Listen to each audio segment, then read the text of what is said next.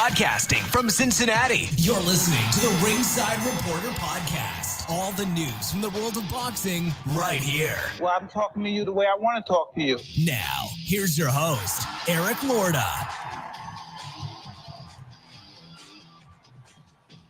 And we are live. Welcome to the Ringside Reporter Show, where we talk about the latest boxing news. If it's related to boxing, we'll talk about it right here. My name is Eric Lorta, and I'm here with my co-host, Joe Habib. We got a great show for you today. Guys, Blog Talk, I know this is going to come as a shock to all of you out here, as it did to me. Blog Talk is down. So they're undergoing maintenance on there or whatever they're doing. So we're going to have to move forward without it. I know it's a shock because Blog Talk is always so reliable. But, yeah, you know how it is. I hope Robbie Lots going on. What's that, Robbie? Did you text him, by the way? Texting him right now. Hope he doesn't cry. Cold-blooded. Yeah, cold-blooded, man. So lots going on this weekend. Final Four, WrestleMania. Oh, yeah, there was a DAZN card, too. Beeb, DAZN, Richard Hitchins versus Gustavo Lemos. Hitchins wins a unanimous decision, 117-111 and 115-113 twice. A lot of people said this could have went either way. Eddie Hearn even said that 117-111 was crazy. He thought it was more 115-113. Yeah, so this was one of those could have went either way. I gotta be honest though. We've seen Richard Hitchins fight. I've never been impressed with him. Never, not once. Nothing about him stands out. Nothing about him makes me scream, he's a championship fighter. Nothing. Here's the thing. I had the fight a draw, and I was in the camp that this was either 115, 113 for Lamos or it was a draw, right? And could you have scored at 115 and 113 for Hitchins? But possibly, but I don't know. I just think that, when you hear people like Sergio Mora say, well, Richard Hitchins is getting criticized now because you guys say he's boring, he's not exciting to watch, he's not fan-friendly, and now he gives you a fight that you want, and now all of a sudden people are criticizing him. Listen, here's the thing. The way it is. Did he give us a fight that we wanted, or did he fight? Was he forced to fight a fight that he didn't really want to fight, but he had no choice but to fight that way because of who was in front of him? When you have a guy like Lamos, right, who's really quick on his feet, right, and is a compact target, and he's short, and then he gets even lower, and he's moving his head on the way in, and he's crouching down. That's a guy where it's going to be hard to catch him on the way in with your jab, and obviously that was the case. Now, he had a good little stretch of time there where, he won some of those middle rounds. But problem is, everyone has their strengths and weaknesses, right? You can't be who you're not, right? If you're Muhammad Ali, you're not going to be a great inside fighter, right? That's just not who you are. You're going to be a guy on the outside, like the pot shot, stick and move, whatever. And Hitchins is a guy who's tall and long, and obviously his strengths are creating space and boxing well on the outside and keeping you at the end of that long jab, and he shoots that right hand down the middle.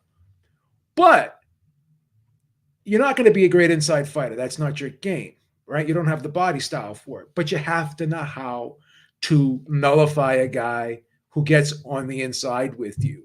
You can't grab and then just look to the referee to break you. You got to be able to grab. And I think Chris Minnick's made a good point. When you're the taller guy and you're in a clinch, you lean on top of the guy, let him carry your weight. And not only that, right? Guys who aren't great on the inside, like Muhammad Ali wasn't great on the inside, but he knew how to disrupt you or disrupt the opponent when they got inside. He would pull their head down a little bit. He would give them that nudge. He would push, and off the clinch, he would throw the jab. He'd give you that little nudge and then jab you. He would wrap your head down and spin you. Hitchins just stood there and he just was like, help, looking for the ref for a lifeline. And even his corner was saying, you got to throw your hands on the inside. You got to do something on the inside. He was allowing Lamos to just muscle and manhandle and maul him on the inside. And he was the bigger guy, Hitchins. So here's a bright spot, because people are saying if he gets in there with Matias is going to run right through him, because Matias can punch, and obviously he likes to fight in the mid-range to the inside too. And obviously that's not Hitchins' strength. But Matias doesn't have the quickest feet in the world. That guy Lamos was very quick.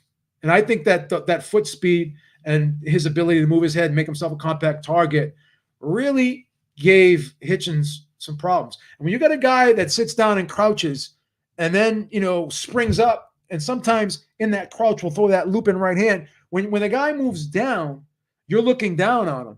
So when you're looking down at him, you're not able to see those short looping shots over the top. And he had that tricky short, like it was like a short looping right hand. They didn't really open it wide, but he looped it just enough to get it around, Hitchins' guard, and he would score it, right?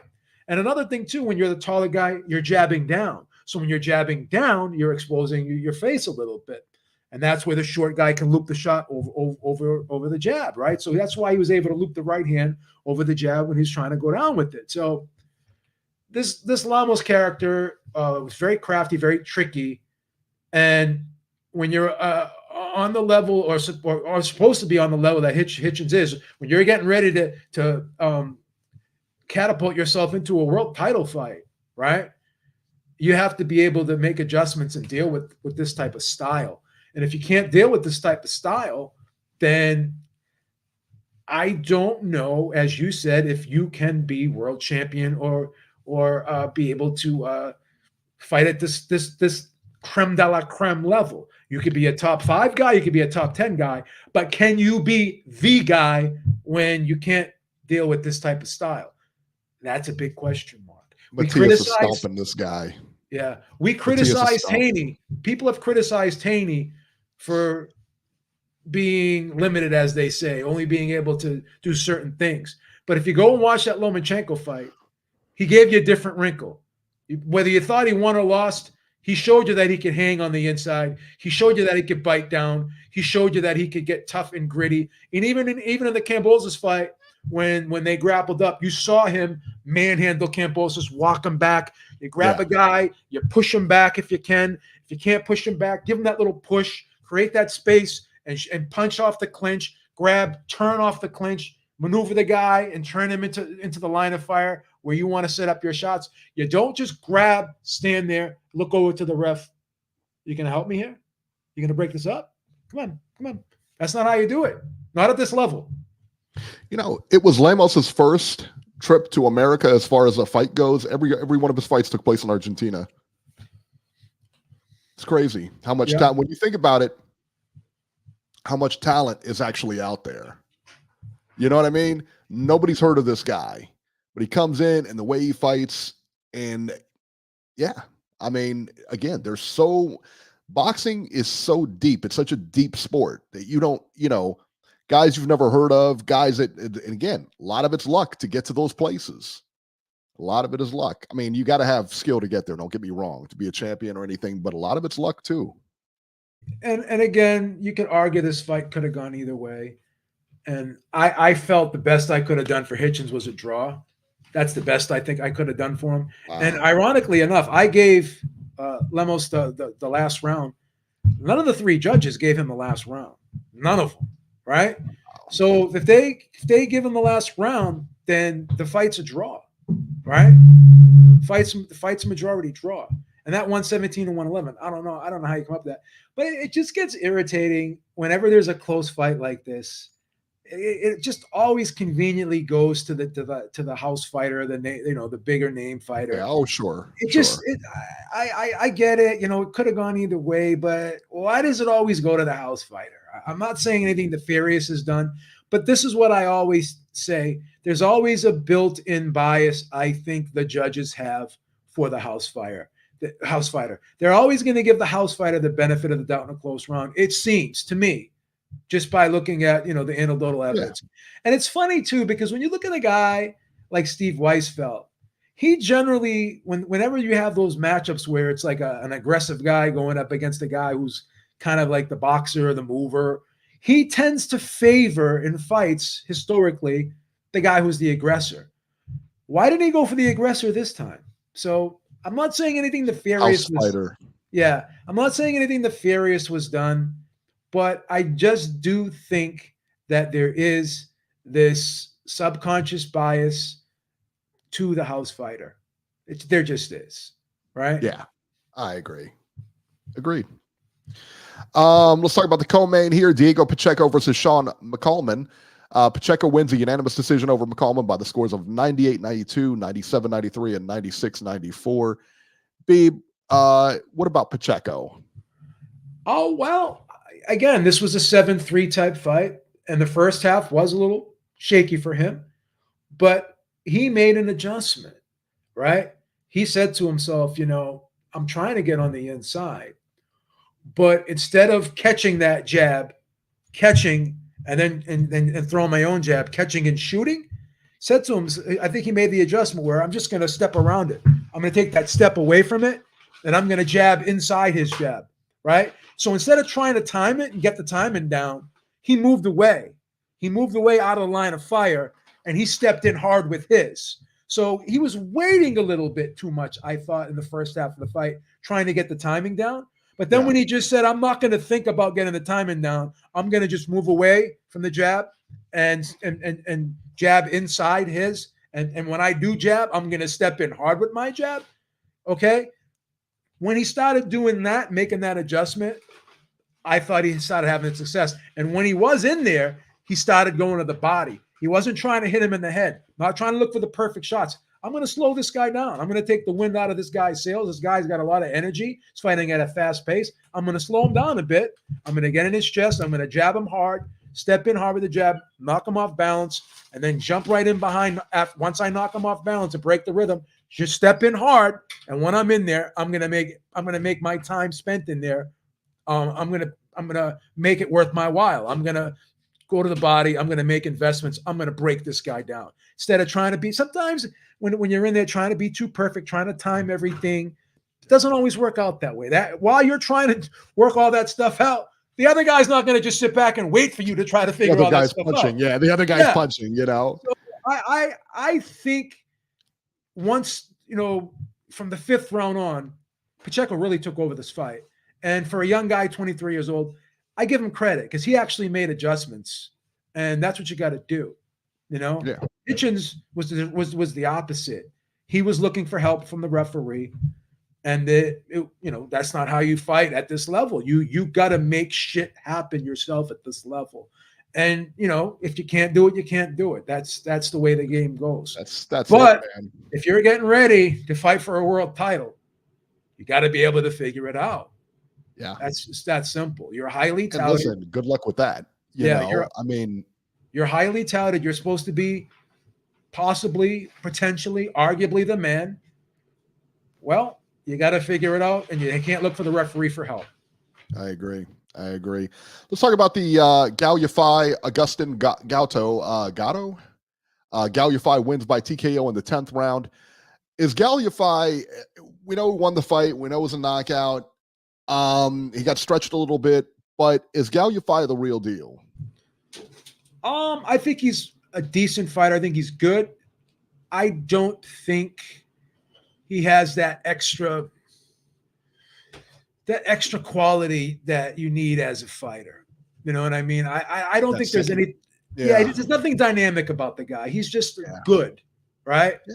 And I think when he steps up, we've seen him struggle. You know what I mean? Yeah. This fight kind of showed his ceiling a little bit, right? Okay. This is the type of level that he can look good against. And I've just seen him look shaky in the past. There's really nothing dynamic about him. A little rough around the edges. Kind of loads up, telegraphs sometimes. A little over anxious, a little bit, and I just don't think there's a lot of sophistication to his offense. And again, when I say that, I mean I'm not saying he can't fight. I compare him to the guys at the top. So when I look at the guys at the top and I look at him and how he matches up with them, I just think he's a notch below them in my opinion. Doesn't mean he's not good, but I don't think he's gold medalist, Beeb. He's not top notch. Yeah, he's gold just got, medalist. He's got that amateur style where he's just like, a lot of pity pat stuff. Some guys can't transfer out of that. Yeah, kind of a predictable pattern type fighter. Like again, there's nothing tricky or cagey about what he does in there to me, but we'll see. I don't think he's going to be a world beater or earth shaker. Look at Henry Tillman. Henry Tillman was one who was good in the air, won a gold medal. Mark Breland, I think, was another one. Howard Davis was another one that just never materialized. Tyrell Biggs especially, yeah. Just never really materialized in the pros like they should have. You saw many amateurs. Who's the Chinese guy? Zhu Shiming. Yeah. Yeah. What does he get? 2 or 3? The only one that's really 2 gold medals. If you can do like 2 gold medals, that's insane. So you should be able to come in here and just, you'd think be very effective.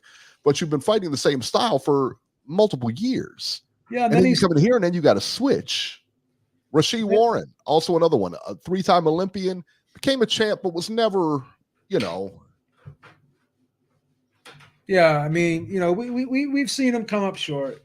Yeah, we've seen him come up short. But hey, the Olympics, man, no, nothing to sneeze at. That's for sure. That was it on DAZN. Now there was a skirmish on DAZN between Clarissa Shield and Baumgardner. Was that who it was? Yeah, we should go Baumgardner. You see these 2 cat fighting, just talking to each other and everything. Yeah, isn't Baumgardner like a welterweight or something? Baumgardner is 130 pounds. Clarissa Shields like 260 or something like that. What does she weigh? 160? Not 260. That's cold-blooded, man. Why do you even go there? 160. Yeah, weighs her by 30 pounds. How are you going to make that fight? Stop fat shaming, please. I didn't even do nothing. I'm not. How am I supposed to know how much she weighs? You know what I mean? What am I, the guy at the carnival? Guessing people's weight and stuff, you know what I mean? Like how tall and, how heavy she is? I don't know. I know she's heavier than Baumgardner because I know Baumgardner is like a, what do you say, 130? 130. 130 pounds. And they're supposed to meet at 147. Like How is Shields going to get down to 147? Clarissa Shields to go down to 147. What's she going to do, cut a leg off? No way. Shields can't make 147. Dude, come on. Shields is too big, man. And I don't mean she's heavy. I just mean she's a big girl. I mean, she's, she got the broad shoulders and she's a big girl, man. No fat shame, please. Come on. I didn't. I don't think she's heavy at all. I think she's heavier than Baumgardner. It's a fact. Aaron Daly likes Baumgardner. Did you hear during the broadcast when Clarissa Shields is cheering for Hitchins, and they said, "What are you cheering for Hitchins?" She goes, "Oh no, I'm trying not to." She goes, "Oh, you're doing it." Him and Grisham and Moro are like kind of like saying, "What are you doing?" Like while you're commentating, cheering for a fighter. It's like very embarrassing. I try not to be an asshole, but she's just very like her personality is just very She's very unlikable. She's just very unlikable. Yeah. Like, even when Floyd sits down and as unlikable he is like press conferences and stuff, even when he sits down and starts talking, you're still like, okay. I mean, he's narrating the fight. He's telling you he's doing a good job. You know what I mean? Yeah. There's like some redeeming qualities to his personality, but I get the feeling that Clarissa Shields, there just is no redeeming qualities at all. She's just a very indignant person. She's just not classy. She doesn't know how to carry herself. She doesn't know how to carry herself. I'm sorry. Wow, that's harsh. It's harsh, but I got to tell the truth. That's a harsh thing to say, no? I mean, you like to sugarcoat things, and I know you do that. I mean, you know me. I mean, I like you like to tell the pretty. You like to tell the pretty lies. I tell the ugly truths. The pretty lies. The pretty lies. You know, and Robbie asked me why, what happened and stuff. I had to tell him the truth. Oh, I mean, stop. What's the matter? Why would you even bring that up? You wanted to kind of make it give him the soft landing. You know what I did? I kicked him down the stairs. That's what I do. Like a feral cat in heat, Gavin's ghost said.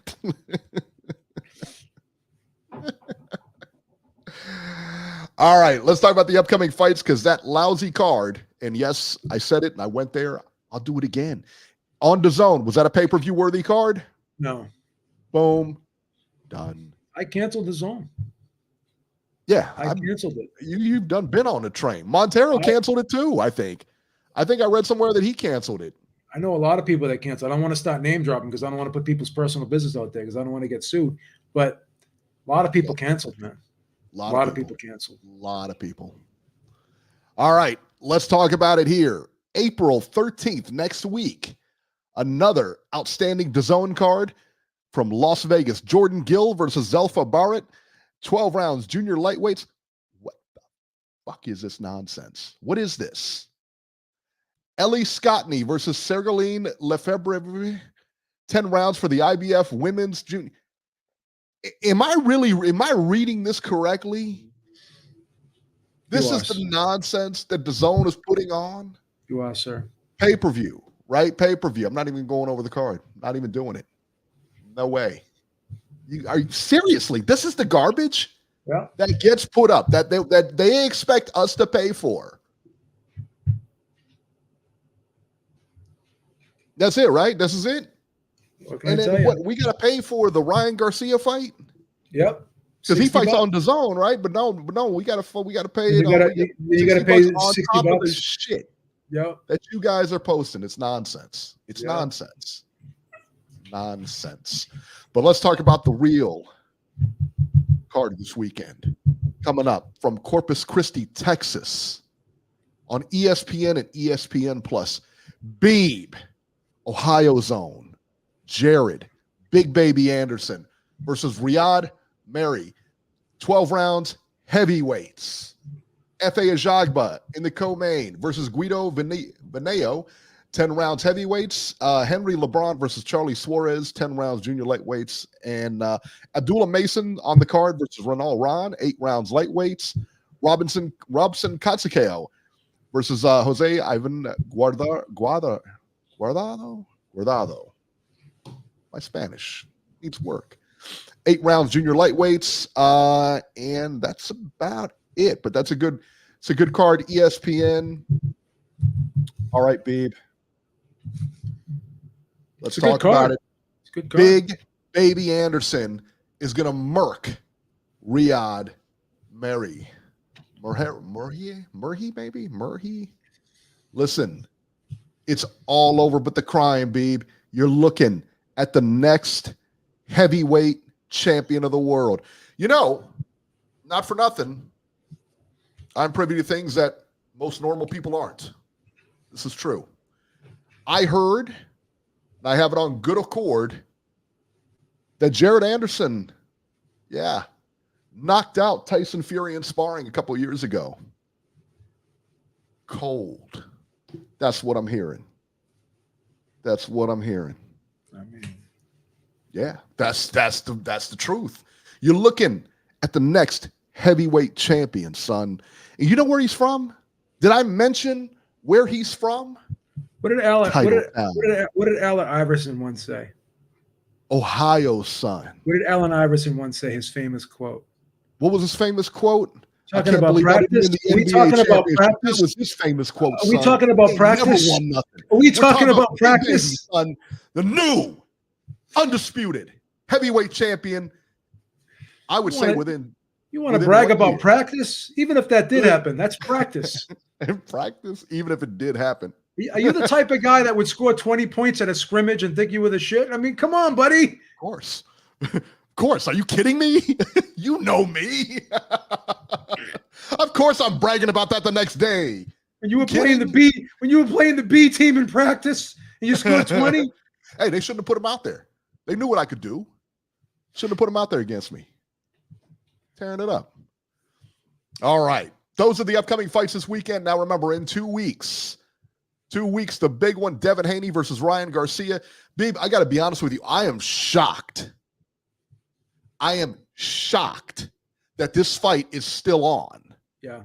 That blows my mind. A lot If of people, Ryan Garcia makes it to that ring on the 20th, my mind will be blown.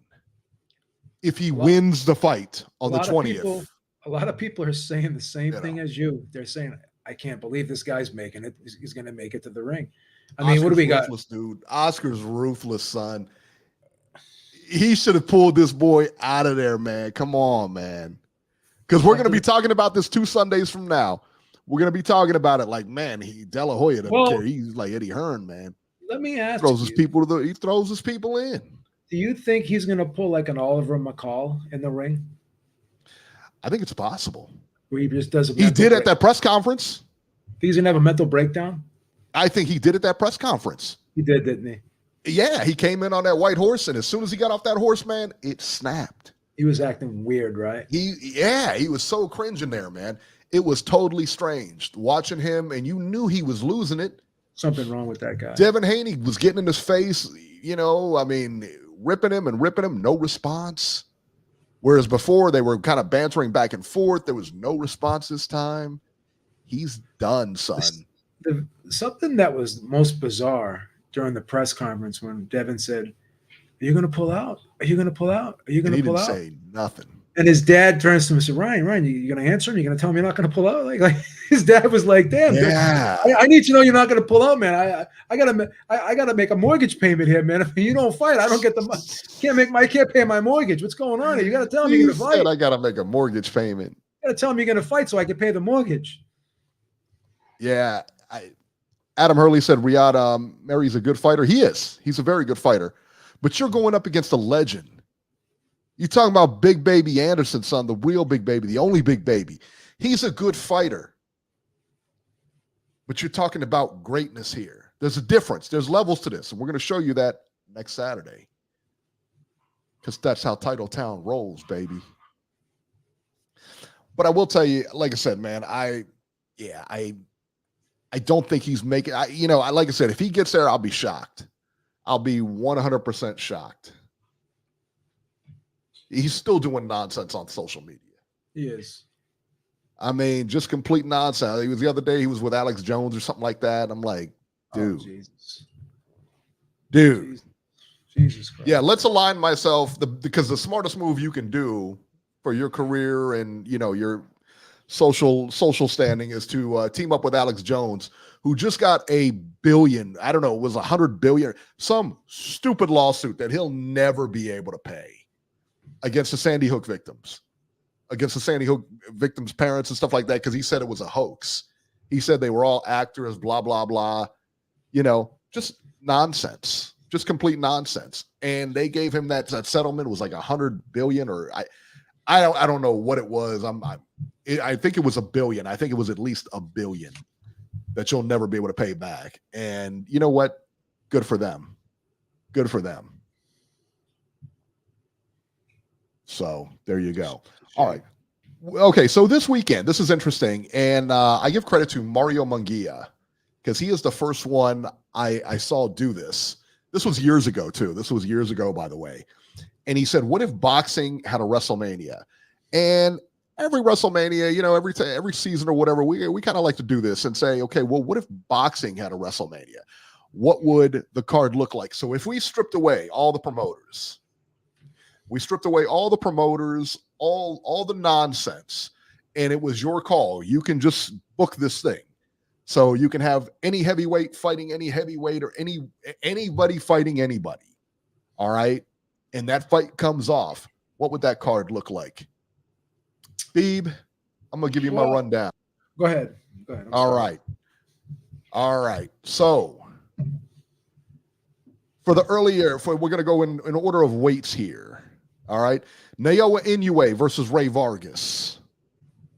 What are your thoughts? It's a great one. I like it, right? Great one. Gervonta Tank Davis versus Shakur Stevenson. Okay. Devin Haney versus Teofimo Lopez. I think that's a good one. Canelo Alvarez versus Terrence Crawford. Dimitri Bivol versus Arthur Beterbiev. And before I go to my top two, why don't you give me some here? All right, so I'm going to go with some fights that aren't already made, right? I'm going to go with Canelo Alvarez versus David Benavidez. Okay. I'm going to go with Devin Haney versus Tank Davis. I'm going to go with Shakur. I'm going to go with Shakur Stevenson versus Vasily Lomachenko. All right, I don't hate that. And I want to throw a female fighter in there, female card. For what? Fight. Because WrestleMania. Is she going to be the ring card girl? Is she going to be the ring card girl where she's going to like hold it up and then walk around like have Clarissa? Don't have Clarissa do it. Have Baumgardner do it. She's lighter. But I'm just saying, like, you know, have her walk around with the big four on there or something like that. You know, she can walk just around. Like WrestleMania always has a female match. We have to throw a female match in there. Just to be fair. I didn't even see that last night. Is Ronda Rousey? No, they had the six man, the three women versus the other three women. It was really good. Was that? I didn't see that. I saw that chick, man, at Rhea Ripley. It was actually a really good match. Yeah, so she's good. I'm gonna do Katie Taylor versus Amanda Serrano, the rematch. Okay. Throw that in there. All right. Yeah. And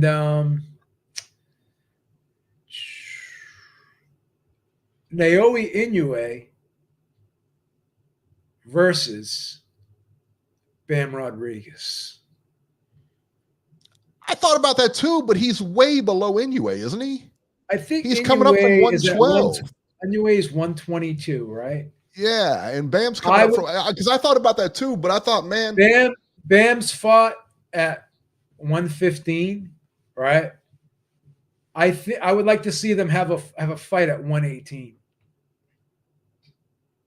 I would love that at 118. Man, that would be good. That's a good fight. I like it. Because as crazy it may sound, I think Bam would give him his toughest fight, right? And Maybe. I think Bam's young right now too, right? Bam's young, but he's not as strong as some of the guys Inoue fought. You don't think so? No. Oh, I think he is. Well, here's the thing, because when you make the argument, it's like he's smaller than those guys, so it's hard to gauge if he's. But he's so strong at 115 that I could easily see him being able to fight at 118 easily. You know, it's easily see it. Yeah, it's still a big jump, though. I mean, 6 pounds at that weight is a huge jump. Yeah, but I just think he's big. I think he's a big guy. But I will tell you this. I love that fight. Yeah, I do like the fight. I like that fight. I'd like to see them fight like at 118. I thought about him and Tank Davis, Inoue versus Tank Davis, but there's too big of a weight discrepancy. Too big of a weight discrepancy. All right, let me give you my final two here. Deontay Wilder versus Anthony Joshua. I think that's just a fun fight all the way around.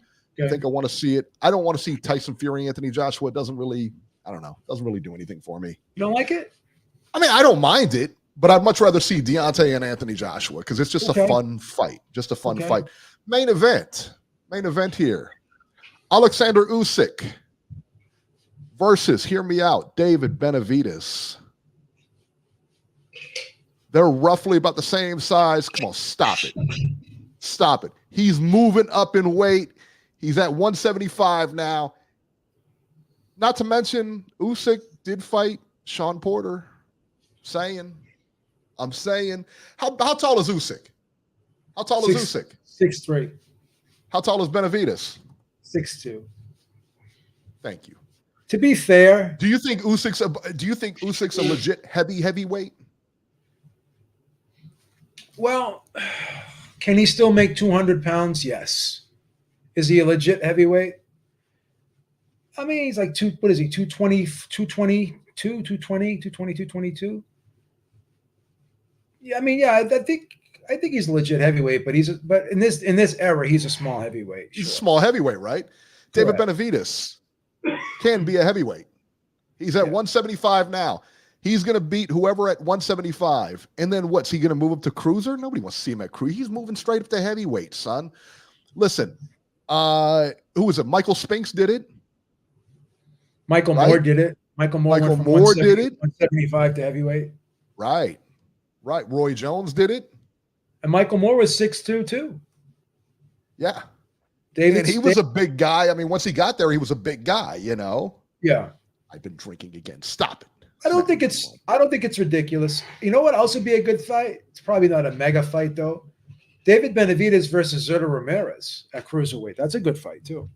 No, I think after Bivol, after what Bivol did to Zurdo,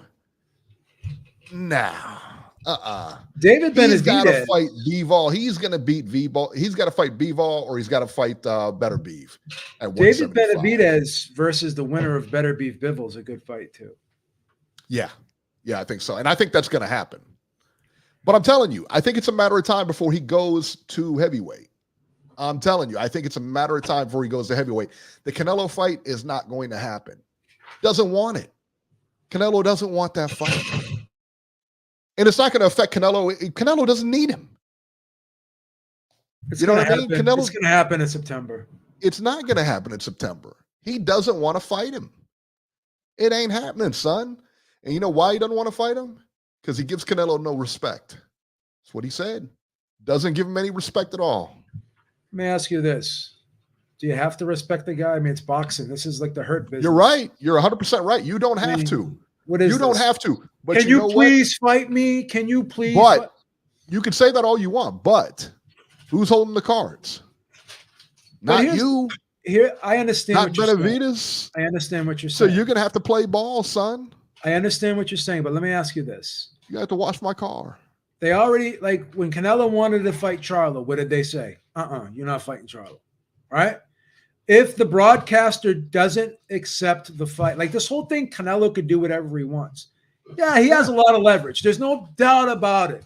But after a while, the network, just like DAZN, they got pissed off and they said, listen, you got to fight Golovkin.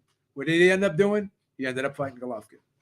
It's like, at the end of the day, the broadcaster is the one putting on the fight. Do you think the Benavidez-Canelo fight is a good fight? I love it. Really? I do. I think it's a complete mismatch. Paulie says the same thing. You and Paulie Malignaggi are in the same sport. Big. He's too big. He's too strong, and he's just as skilled. It's a horrible fight. There's no way Canelo wins that fight. You don't see it, huh? You don't think it's competitive? No, I don't see it at all. Benavidez is too big, too strong, too talented. Well, what about him and Caleb Smith? Remember how you thought Caleb Smith was going to be size and would be problematic for Canelo? You saw what happened there, right? I did. I think David's going to win too. Don't get me wrong. But I also saw a lot of English fighters come in there and lay down when it came to Canelo. A lot. We've seen it. It happens. Plus, Canelo's older now too, and it's right. Yeah, I think that I would pick David to win the fight too. But there's a lot of people that think Canelo can still win that fight. They're saying Canelo would knock him out. Yeah, Canelo. I agree. Benavidez destroys Canelo. He's too big. That's why I say it's more beneficial for Benavidez to go up. You know what I mean? Because there's bigger fights up there. You know, listen, don't get me wrong. Don't get me wrong, because there's no other big fight out there like Canelo. I get you. But you got Better Beef up there. You got Bivol. And then you move up in weight, you can get Usyk. You can get one of those guys. And he can compete with those guys because he can be just as strong. But who can Canelo fight if it's not David next? Crawford, son. But Crawford's Terrence Crawford. All right, if Canelo's going to fight again in September and Crawford's going to be fighting for the WBO junior middleweight title, Crawford doesn't fit into the equation. They'll make him fit in the equation. I mean, because who else does he fight? If he doesn't fight, but you know what? It doesn't matter. He can fight. Tell him whoever. And Samson Lukowicz said something very, very interesting. You don't believe Samson Lukowicz, do you? I believe maybe 20% of what he says. 20% of what he says. There's no way. I'm gonna do that rematch. None. I'm going to extrapolate from the 20% that I believe. Extrapolate. So he said this. he goes, if Canelo decides after the Munguia fight, if it's the next day, a week later, or even 2 weeks later, that, hey, I want to fight David, we will scrap that Alexander Vosdick fight and we will take the fight for September. Why would he say that? Why would he say that? And why isn't there a date and a venue announced for the David Benavidez fight if he's fighting in June? What are they waiting for? I think they're waiting to see what Canelo decides to do next. I think that fight is going to happen in September. I really believe that. Really do. Devin's Ghost, look, he might be right here. He could be fighting Berlanga. He's not next. doing Berlanga. He's not. I don't know. He's fighting Munguia. Yeah, but that's a decent fight. You hate that fight, but I think it's a decent fight. You think it's a decent fight? You think it's a decent fight for real? I think it's intriguing. I think Munguia gets squashed in 6 rounds. You think Munguia gets stopped? Yeah. All right. He's getting stopped. He couldn't stop Charlo. He couldn't stop Ryder, and he's going to stop Munguia. I don't know. Son, Styles. Munguia's not going to turn the other way and run. Munguia's coming right toward him. Munguia's You remember big, Peter McNeely? You remember how Peter McNeely used to fight? He used to come right, just like a tornado, straight ahead. And that's the only way he knew how to fight. It's the only way this dude knows how to fight. Well, Ryder went right at him too, and he couldn't get Ryder out of there. I don't know, man. And we saw what Munguia did to Ryder. Yeah. I think it's going to be a tough fight for Canelo. I think Canelo wins the fight, maybe 8 rounds to 4, 7 rounds to 5. Yeah, Grant G says it's going to be a fun fight while it lasts. Yeah, I think it'll be a fun fight. I think you're going to see a lot of knockdowns and everything like that. I think it goes a distance. I think Canelo wins by decision. No, he's got too much power for him. He's that body attack. Yeah, he's gonna put him away. He'll put him away for sure. Okay. But like I said, man, it would have to be Crawford. If he's gonna fight anybody, he's gonna have to be Crawford. Because Crawford would be at 154 at that point. He can make that jump. He wants to make that jump. Don't say you guys. I said the Munguia fight would be competitive. Don't lump me into what Eric says, please. We have our own identities here. This isn't a uniparty. It's not a uniparty over here. Please. Okay, Canelo is old and has no chance versus Benavidez. I didn't say he was old. I tell you what, but he's old in ring years. He's old in boxing years. He's old in boxing years. He's been fighting for 20 years, bro. He's got 20 years pro experience. Yeah, and so no, I don't believe Munguia has a chance in that. Do you think Munguia has a chance to win? Think he really has a chance to win? I don't see him winning the fight, but I don't see any scenario. I do where think he wins that fight. I do think it goes a distance. Charles Martin, former heavyweight champion, Mark. Former heavyweight champion. Know that, all right? And by the way, I heard on good account that fight right there was a lot of stuff going on outside the ring. A lot of stuff. Yeah, I'm just saying. 10 to 15% shot. You're piling on Big Baby Anderson. Adam Hurley says Munguia is a legitimate knockout artist. I get that again, but I don't see any way he's beating Canelo here. None. Not even a little bit. Not even a little bit. So who's your main event for the WrestleMania? Who is it? I got Alexander Usyk versus David Benavidez. Virtuoso, thank you so much. He said Benavidez won't cross over to the zone for Canelo, but he will for booze. Hey, I don't blame him. I mean, if David Benavidez fights Canelo, I don't think it'll be on the zone because it's a PBC, 2 PBC fighters. Who's my main event? Oh God, I think I would make Canelo Benavidez my main event. Canelo Benavidez? Yeah. So look at that. Benavidez is on both main events. Yeah, I like David. Two different guys. I'm a big David Benavidez fan, bro. I like him too. I like him. Mark says he has about going the distance, and he says Munguia has a decent shot. I don't think he wins the fight, but I could see it going the distance. And listen, I could see it going the distance. I think it goes the distance. I think it'll be a fun fight. I think that Munguia wins maybe 3 rounds if it goes the distance. Maybe 3 or 4. You got this fight. You think this is going to be a competitive fight? I think it's going to be a hard fight, yeah. This is going to be a fight Canelo's going to have to really work hard to win. Really? You think so, huh? I do. I do. I think Munguia fights at a pace Canelo's not going to be comfortable with. And you can argue, oh, he's not going to be able to fight at that pace against Canelo because he's going to get countered. I don't know, man. Canelo has been throwing one punch at a time. He's been very economical with the offense as of late. Mm-hmm. And I don't know. Yeah. I'm starting to see a slight decline in Canelo right now. Sure. Well, we've called it for years. We've called it now. Slowing We've called it for a down. couple of fights now. And he's again, not the same fighter. And again, I'm not that's shading okay. him. I'm not No. shading him because he's been around. He's been around for a while. He's got a lot of miles on the odometer. He's got some little niggles, some like little nagging injuries that he's had to deal with throughout the course of his career. And these training camps are not going to get any easier as time goes on. We know that, right? And this guy Munguia is in the prime of his career. He's actually getting a little bit better. He's been sharpening things up a little bit. He's become a little bit more refined, and I think offensively he's shown a lot of improvements. Right? He's never going to be a defensive wizard, but offensively he's really starting to set the shots up very well. He's putting them together, and he's mixing up, the attack a little bit here, And I think Freddie Roach has helped him a little bit. I think, who was the other trainer? He had Eric Morales in there. So yeah, he's had some good people behind the scenes working with him and helping shape him up a little bit and mentoring him. And I think it's paid dividends for him. He seems like he's a hard worker. He's a good listener. And I do believe that he can get better and continue to improve as his career goes on. Obviously, he's never going to be Sugar Ray Leonard. He's never going to be Floyd Mayweather. Never going to be Pernell Whitaker. But he can get better. His offense, the sharper he is with his offense, the better his defense becomes, because his offense is his defense. And if he can force his opponent to keep his hands home, then that's half the battle for him. Yeah, there you go.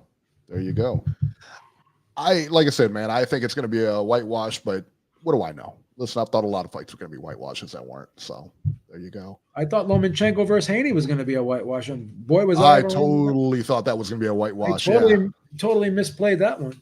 Yeah, right. Yeah. So hey, it happens, man. Sometimes we're wrong. Not often. Not often. Sometimes. Did you? The Eclipse is going to be tomorrow. Is it in your path? Will you see it? What time's the Eclipse going to be? I don't know. Depends. It's different for everybody. Let me see. Mine will be at like around noon, right around like 12 to 1, something like that. It's going to be like some kind of eclipse. My wife's all excited for it. Yeah, we're like apparently right in the path of totality. What time is the eclipse on Monday? I don't know. I'm Googling it.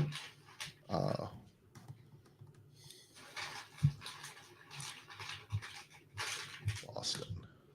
7 years. 216. Partial eclipse. This is for Boston, Massachusetts. Partial eclipse start time 2:16. Peak eclipse 3:29. Partial eclipse ends at 4:39. How to watch the solar eclipse in Boston, Mass. There you go. So you'll be able to see some of it. Look at that. I'm a little bit nervous about it, though. I don't want to get exposed to it. Can damage your vision if you look at it. Well, you're not supposed to look at it. You're supposed to get the glasses or the welding hood. Yeah, I'm not. If you know anybody with a welding hood or anything like that, or like those little glasses they put in the welding hoods, those are perfect. I'm going to make sure I'm indoors when it happens. What time is it going to happen at 2 o'clock? 2 to 4. 2 to 4. There you go. 2 to 4. All right, let's talk about the news and rumors this week. Not a whole lot going on, but this kind of struck me here. Jose Sulaiman proposes 6 judges instead of 3 for Usyk-Fury. Quote, if you have a fight when 2 judges don't have a good night, that fight is decided 2 to 1 by bad cards. If that happens with 6 judges, the correct fighter wins 4 to 2. Sulaiman's logic blows my mind.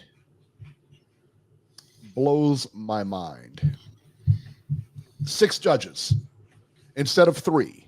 And you brought it up earlier too. It's an odd number. 3 is an odd number. That's why they do it. So we can have a winner. But if we had 4 judges, we could still have a draw. Like, guys, come on. Yeah, 6 judges. Come on. It's ridiculous. Too many. It's too many. I said the same thing, Aaron Daly. Five it would judges. make more sense. Right. If you were going 6 judges, why don't we just have 20 while we're at it? Just dumb. Again, Can't stand this guy always thinks like more is better. Like he thinks he like having the rounds down from 15 to 12. He just makes these decisions without any scientific or any data to support it. Like, has it really changed at all? Has boxing became safer because it's only 12 rounds instead of 15? Can't someone suffer a fatal blow within the 12-round period just as much as the 15-round period? I don't know. I still think we've had. It hasn't really changed it much by having the rounds from 15 to 12. I don't believe so. Yeah. No, I don't know. 15 rounds is a long time. I do like the 12. I don't have a big problem with the 12. I don't have a problem with it, but I mean, just the premise, but like our 12-round fight. You're going to take a pounding. You're going to take a pounding either way. I think it's the mismatches. I think if you're in there with a guy, and I also think it's this weight, the weight cuts that do it too. The weight cuts, weigh in the day of the fight. Go back to that. Yeah. Go back to weighing in the day of the fight. I think it's the severe weight cuts, and I think it's the mismatches that have caused the injuries in the sport of boxing more so than anything. In my opinion.